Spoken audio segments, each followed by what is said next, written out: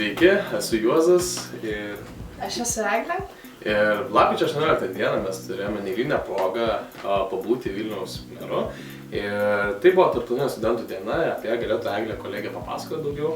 Tai Tarptautinė studentų dienos proga lapkričio 18, kaip Juozas ir minėjo, buvo organizuojama mero simulacija, kurioje galėjo dalyvauti visi Vilniaus miesto studentai. Ir ta proga galėjo pamatyti Vilniaus miesto savivaldybės darbą iš arčiau, tiesiogiai pabūnant Vilniaus miesto meru. Kokia jūsų buvo darbotvarkė ir kokias temas jūs palietėte? Tai visą dieną mes turėjome apie 6 susitikimus su įvairiais skyriais, departamentais. Tarp jų buvo tokie kaip švietimas, skyrius sveikatos, personalo, socialinio būsto ir visi kiti.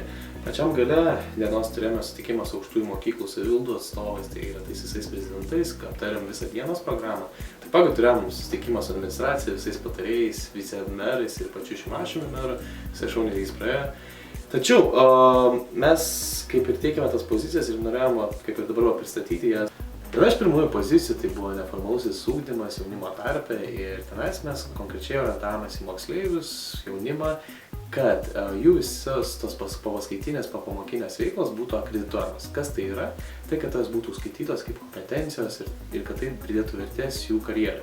Taipogi iškeliam antrą poziciją, tai kad jaunimo užimtumo klausimas Lietuvoje nėra iš esmės gerai išgvildentas. Pagal poreikį mokiniai, moksleiviai, taipogi ir studentai neturi pakankamai įvairių būrelių, į kuriuos jie galėtų eiti, dalyvauti ir jais užsiimti. Taigi mūsų pozicija šio klausimu buvo pasistengti inicijuoti švietimo skyriaus susitikimą su jaunimo reikalų skyriumi, pagal turimus jau atliktus tam tikrus tyrimus, pagvildenti šią temą, galbūt pavyktų išsiaiškinti konkretų realų poreikį, kokių nori būrelių moksleiviai ir studentai ir pasistengti padaryti taip, kad tas realus poreikis būtų pagaliau įgyvendintas ne tik centriniuose Vilniaus rajonuose, bet ir kiek nuošalesniuose rajonuose. Toliau susitikime su personalo direkcija mes turėjome ir tokį kaip ir diskusiją apie praktikų viešinimą.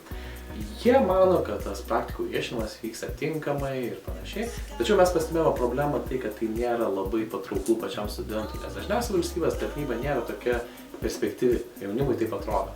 Mes gvildenome, kodėl tas yra klausimas, keliamas ir panašiai, tačiau dar priėmėme tokį kaip ir buitinį dalyką, ką galim padaryti, tai išprašėme, kad jie pradėtų savo iniciatyvą visas praktikų vietas, kurios yra skiriamos studentams, kad jas būtų talpinamas į vieną erdvę. Tai yra kažkokia internetinė svetainė ir panašiai. Kitas dalykas, mes turime, čia labai studentai kreipiasi ir turi daug problemų su privačiom poliklinikom. Tai yra tikrai nesvetima problema, ypač Vilniaus mieste, kuomet žmonės atvažiavę iš kitų regionų, iš kitų didmiesčių, jie yra kaip ir priversti persirašyti kažkurią polikliniką. Dažniausiai tai yra siūloma valstybinė, tačiau kai prisideda privačios, jas kaip ir nelegaliai eina per bendrabučius, per auditorijas, paskaitas ir bando kviesti studentus prisirašyti prie privačių poliklinikų.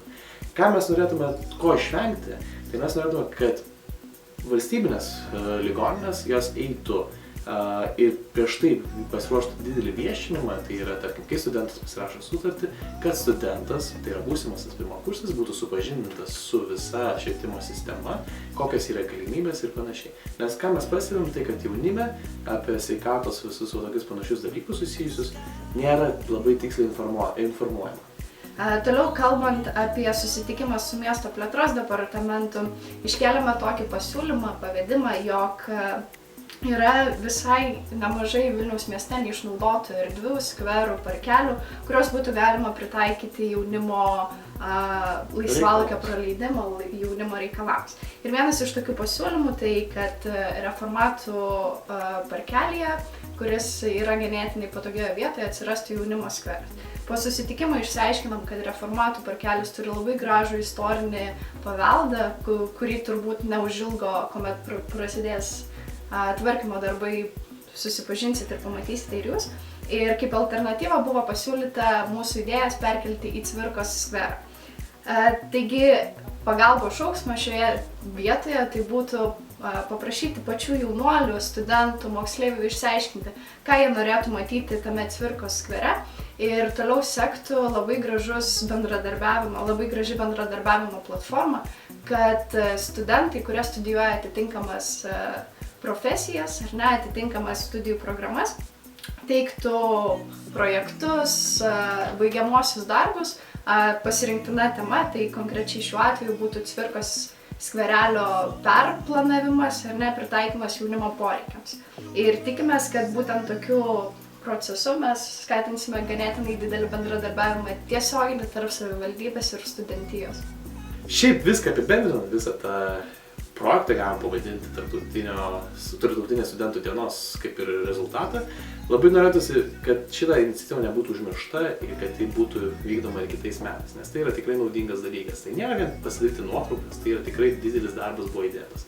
Ir mes tikimės, kad šitą darbą galėsime plėtoti ir kitais metais su nauju meru aptarti ir vykdyti toliau tos projektus.